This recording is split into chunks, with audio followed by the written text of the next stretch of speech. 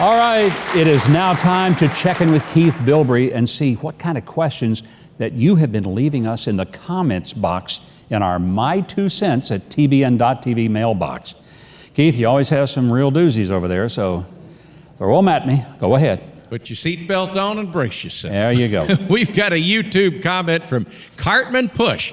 He said a car in front of me had a bumper sticker on it that read, "Pray for Nancy Pelosi, Psalm 109:8. When I got home, I opened my Bible to the scripture and read it and started laughing. Psalm 109:8 says, "Let her days be few and brief, and let others step forward to replace her." At last, I can voice a biblical prayer for our Speaker of the House. Let us bow our heads and pray. What am I supposed to say to that, huh?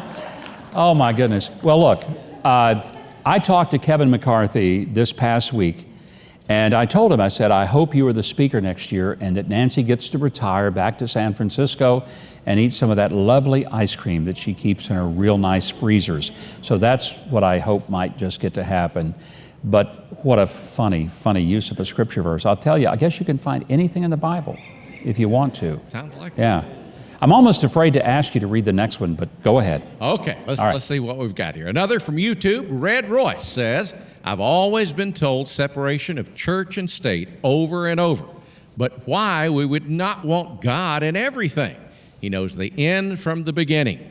I think it was to keep government out of the church myself." You are 100% right.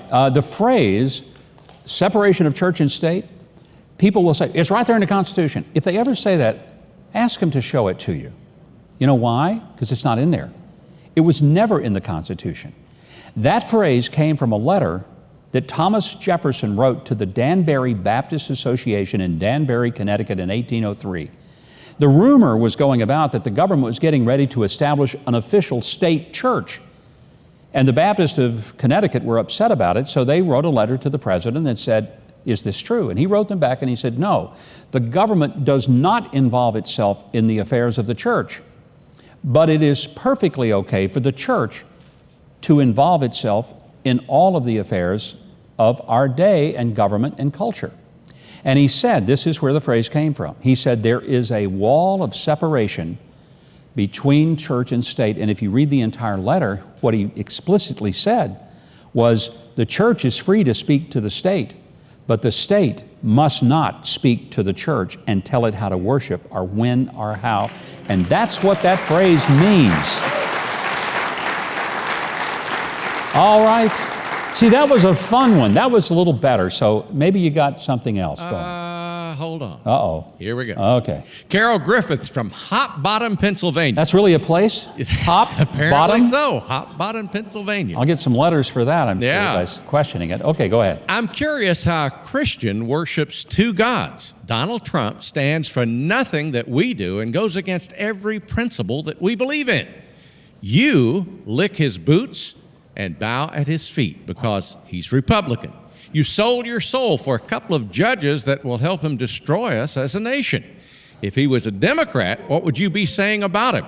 I can't even begin to imagine what we would be flowing from your lips regarding this evil, lying, blaspheming, heartless, philandering, cursing person.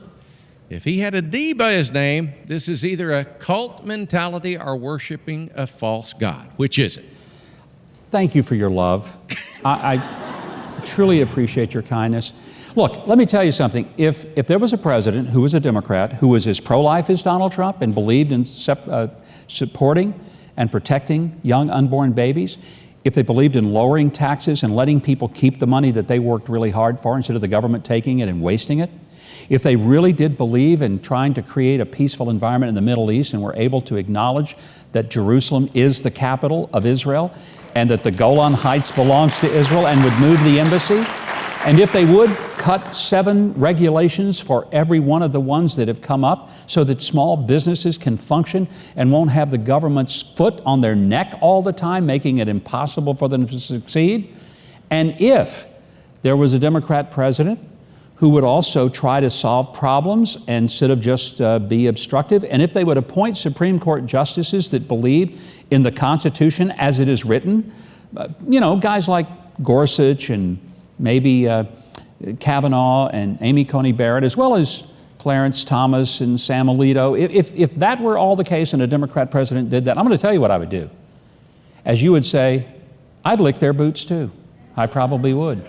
Well, I wouldn't actually lick their boots, but I would shine their shoes and I would be very happy. So bring me a Democrat like that and I will be more than happy to jump up and support them and shout for the heavens. But until that happens and they keep wanting to bring one that believes that it is okay to take 60 million babies and take their lives, I'm sorry, I ain't going to be silent about that. That's my answer. There you go. All right. These are fun, Keith. Gee, you're getting these really loving questions. You got another one? It gets better, yeah. Okay, good. Charles Mearsman. That's Charles Mearsman from South Bend, Indiana, wrote. Charles Mearsman wrote, "You are anti-American. Oh. You lie about America almost as much as your daughter does." Oh. Charles Mearsman wrote that. Are you sure it was Charles Mearsman? It was. Okay. It was. It wasn't me. Look, I don't lie as much as my daughter. No, I'm just kidding. I'm not going to. All I can do is say, I am so sorry I've disappointed you, but aren't you glad you never have to vote for me again because I'm hosting a show and not running for anything. So thank God for what you can thank God for, and that's something you can thank God for. If you do want to, it's fine. It's up to you. Okay. Whew. One more. Okay. Thank goodness. It's just one more. All right. Yes. Mark Bigsby. I'm a retired Navy chief. I live in Portsmouth, Virginia. I've never been a political person, never cared much for the way our government has been run. Always seemed to me we were getting further and further from the people. This year's been a huge change for me. I watch your show and others like yours, and I've become enraged by the mainstream media and what they're doing. I truly believe they are most of the problem with this country. My question is, why won't the mainstream media tell the truth? Why do they have to slant everything to fit the agenda they've been given? I thought the news was supposed to be fair and objective in the way they report. It is supposed to be, and that is a beautiful question. And let me say, for your years of service in our military, you have my heartfelt thanks, because it is you and the other people in uniform who have given me this wonderful gift of freedom and have preserved it for me and for every other American. So rather than just answer your question, let me start by saying thank you. Thank you very, very much for what you've given to all of us.